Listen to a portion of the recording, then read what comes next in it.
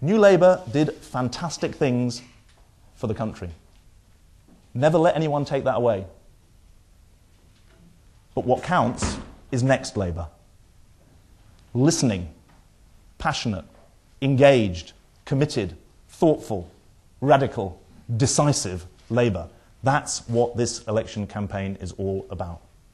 And there are 4 very, very big tasks that we've got to perform in this election campaign and beyond. It's the difference between winning and losing the next general election, I think, these 4 areas. And we have to debate and understand them and then find answers for them.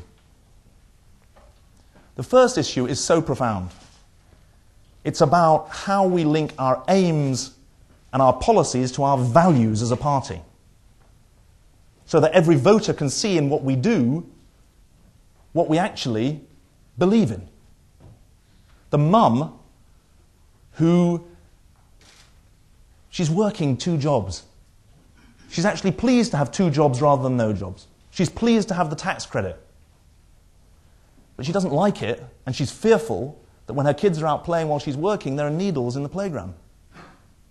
The dad, who doesn't work in manufacturing anymore and is asking where's his job going to come from for the future. And the teenager who wants to do the right thing but can't understand why his school, his rebuilt school, isn't open after 6 o'clock in the evening or at weekends or in the summer holidays. Those are the people. And I think there's one example of this divorce between values and policies that I think is really important. I was there in 1999 when, at the heart of government, Tony Blair and Gordon Brown decided to launch what was one of the most audacious and inspiring political missions ever. It was the mission to abolish child poverty in a generation. It was a remarkable thing to do, an inspirational thing to do. It called for a pulsating movement in every community of the country. But I think that over the years, it almost became seen as an exercise in bean counting, that the values were taken out of it. And politics without values isn't just barren, it's not successful. You don't get any votes for it. Doesn't mean you shouldn't do it, but you don't get any votes for it. And we've got to learn that lesson. Task number 2 is also incredibly important. We have to renew and refresh our ideas, but also our ideology. We shouldn't be afraid to talk about ideology. The best of the last 13 years has been transformative.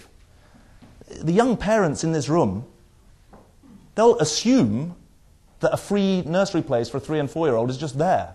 They'll assume that flexible working is there, that maternity and paternity benefits are there. Well, actually, they weren't there 13 years ago, but they are there now, and it's great that they assume that they're going to be there. That's a great thing. That's a transformation. It's a fantastic thing for our country that no political party dared in this general election call for rolling back on gay rights, for rolling back on overseas aid and development. No party dared to say that climate change wasn't true. Those are great things about our country. And despite what I said about the NHS not being an issue earlier, the fact that the NHS has been saved for future generations is a fantastic thing. The best. But there are mistakes too. We lost sight on political reform. We weren't serious enough or acute enough when it came to issues of responsibility at the top of society, not just at the bottom of society. And we were also too late to realise that climate change is not a quote-unquote environmental issue. It's a jobs issue, it's a security issue, it's a foreign policy issue. We've got to be clear about that. But let me tell you where I stand when it comes to ideology. I believe in individual freedom and social justice, the 2 great traditions of progressive politics in this country. And we succeed when we fuse those 2 traditions together, when they're partners, not enemies, when we legislate for a minimum wage or for civil partnerships. We're actually bringing together the 2 great traditions of progressive politics. And we have to bring them together again in a partnership. The third task in front of us is to renew our party. Phil Wilson said something to me brilliant yesterday. He said, we were elected on May the 1st, 1997, weren't we? I said, yeah. He said, well, we stopped reforming the party on May the 2nd, 1997. It's a very powerful point. We got into government And what happened to the party? Well, actually, fantastic things happened to the party because of dedicated MPs and dedicated councillors and dedicated party workers who got into their communities. But we didn't keep up at a national level with the sort of politics and the sort of dialogue and the sort of debate and the sort of engagement that people want. Let me give you some examples. There are 3.5 million trade unionists in this country who choose to pay the political levy. That is a great thing about our democracy. They choose that their trade unions should be active in politics. It's an individual commitment to the political process. But how good is the Labour Party at engaging with those 3.5 million people? And I'm as guilty as anyone, not great. We've got to do better. Socialist parties around the world have experimented with free membership, with primaries for selecting candidates, with a whole range of ways of opening up the party. So should we. The new social media, the media of the internet, the way of getting people to get together, that is new politics, and we've got to be open to that as well. The watchword should be simple. We're building a movement for change, not just a political machine.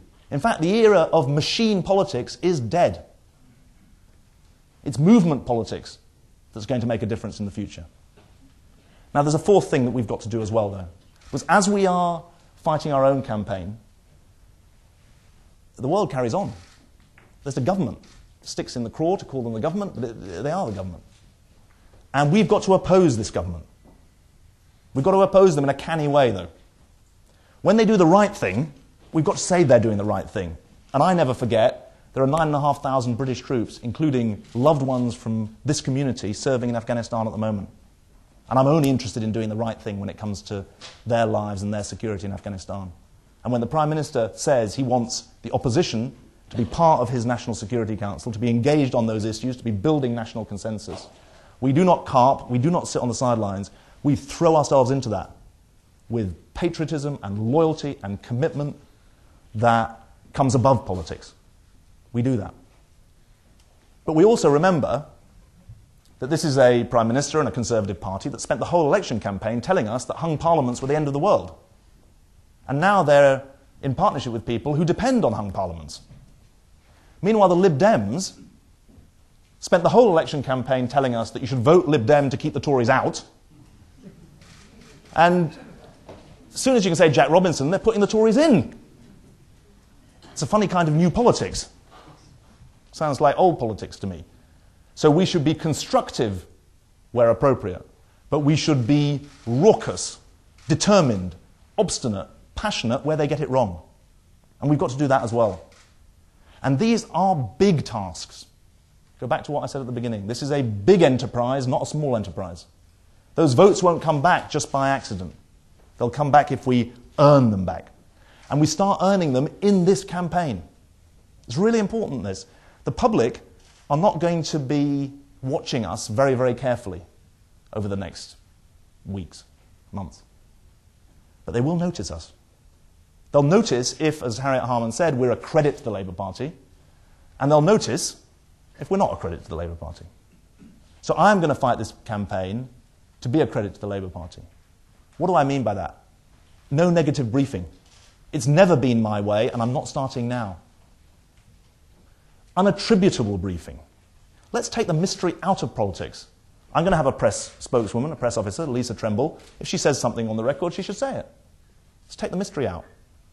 Let's listen to those MPs and those parliamentary candidates who've talked to tens of thousands of members of the public over the last few months.